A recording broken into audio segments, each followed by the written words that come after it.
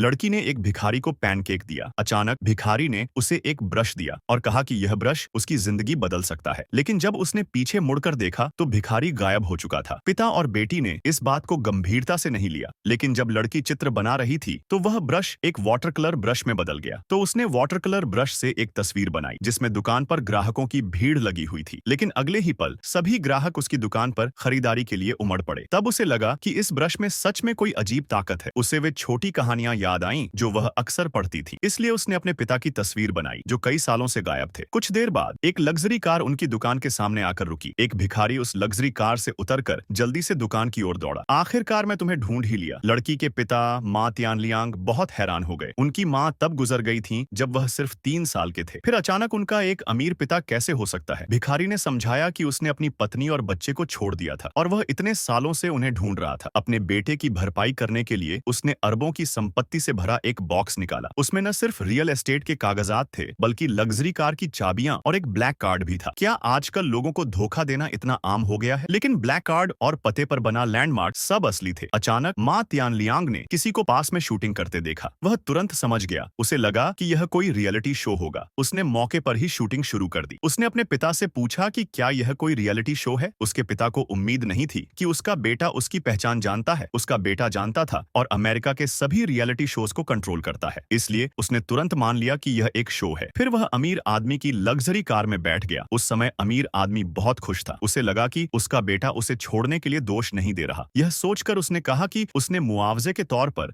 10,000 yuan बेटे के card में ट्रांसफर कर दिए हैं। बेटा चिंता मत करो, मैंने 10,000 युआन भेज दिए हैं। वह कुछ भी करने को तैयार है। तभी शियाओ शियाओ फिर से बोली, पिता के पास पैसा है इसलिए उसने एक खूबसूरत महिला की तस्वीर बनाई। कुछ ही देर में कई लोग अमीर आदमी की हवेली पहुंचे। वहां एक